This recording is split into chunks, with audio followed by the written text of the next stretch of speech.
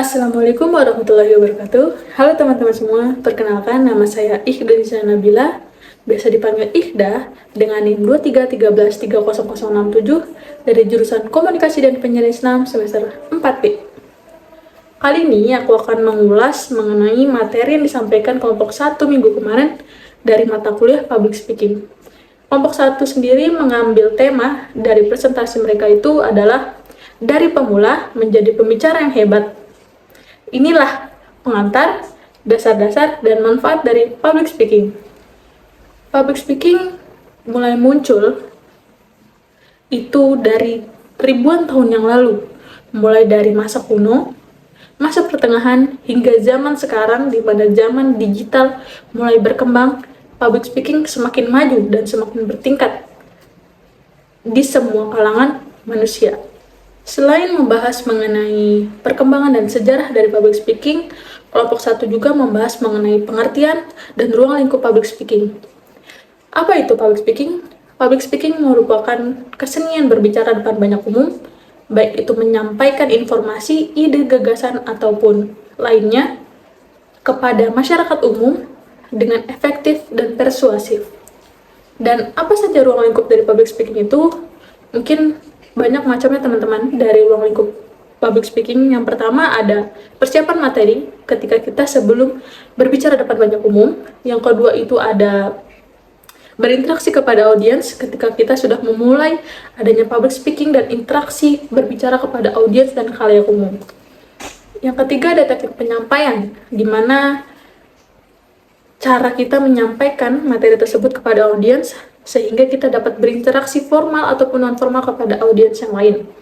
Selanjutnya juga ada media pendukung, baik itu kamera, handphone, ataupun apapun yang bisa mendukung berjalannya atau lancarnya public speaking itu sampai kepada audiens. Yang terakhir ada jenis-jenis public speaking. Nah, materi selanjutnya itu ada tujuan public speaking. Apa sih tujuan kita berpublic speaking atau berbicara depan banyak umum selain kita untuk menginformasikan sesuatu kepada khalayak umum? Itu salah satunya. Yang kedua adalah meningkatkan citra atau brand seseorang public speaker yang berbicara depan banyak umum. Jadi tujuan dari public speaking itu banyak teman-teman, baik itu memberikan edukasi, motivasi, ataupun ide-ide, menyampaikan gagasan pula, itu bisa melalui dengan public speaking. Dan public speaking juga tujuannya tidak hanya face to face dalam public speaking atau berbicara kepada audiens, tapi bisa melewati alat ataupun media yang lain agar sampai materi yang disampaikan kepada audiens gitu. Nah, selanjutnya itu pembahasan materi mengenai dari cara meningkatkan public speaking yang baik.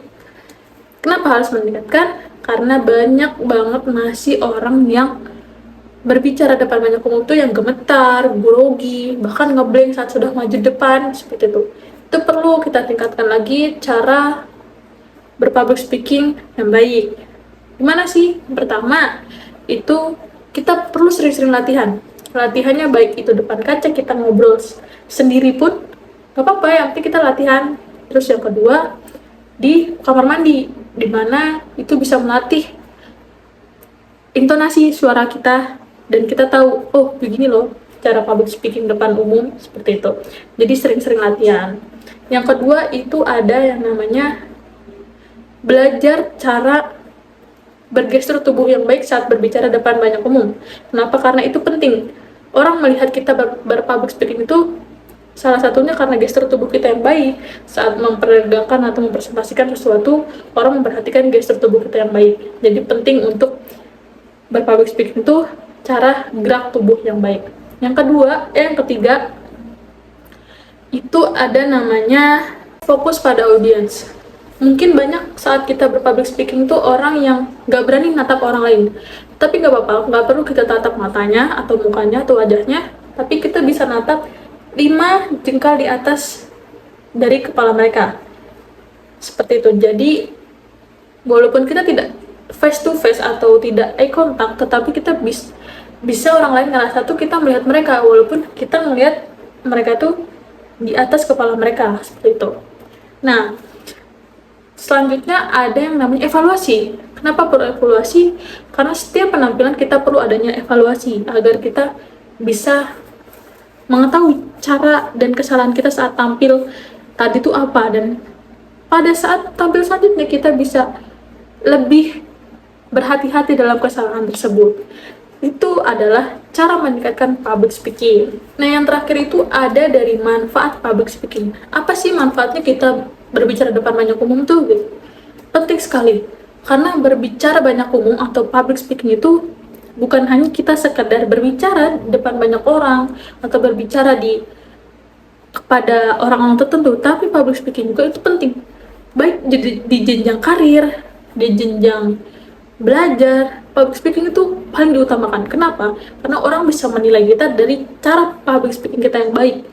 Maka dari itu ketika kita mau melamar kerja, semisal kita ada sesi wawancara, interview kepada HRD, kalau kita punya skill public speaking yang baik, kita akan dipermudah oleh HRD tersebut untuk bisa masuk ke pekerjaan yang kita inginkan. Jadi sebenarnya public speaking itu penting, teman-teman.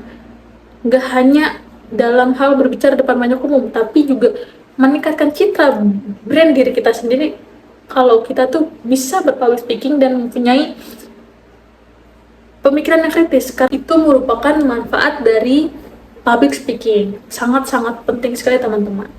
Mungkin itu saja ya yang bisa aku sampaikan. Kurang lebihnya mohon maaf.